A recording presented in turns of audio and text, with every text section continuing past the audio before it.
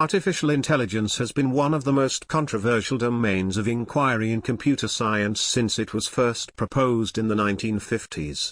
Defined as the part of computer science concerned with designing systems that exhibit the characteristics associated with human intelligence, understanding language, learning, reasoning, solving problems.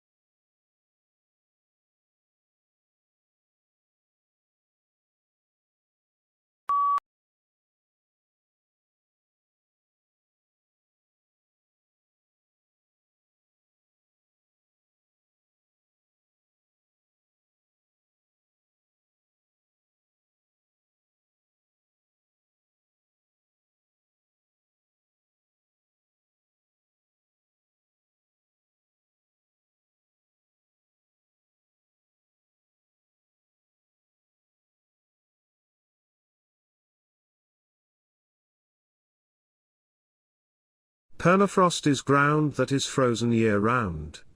In the Arctic, ice-rich permafrost soils can be up to 260 feet thick.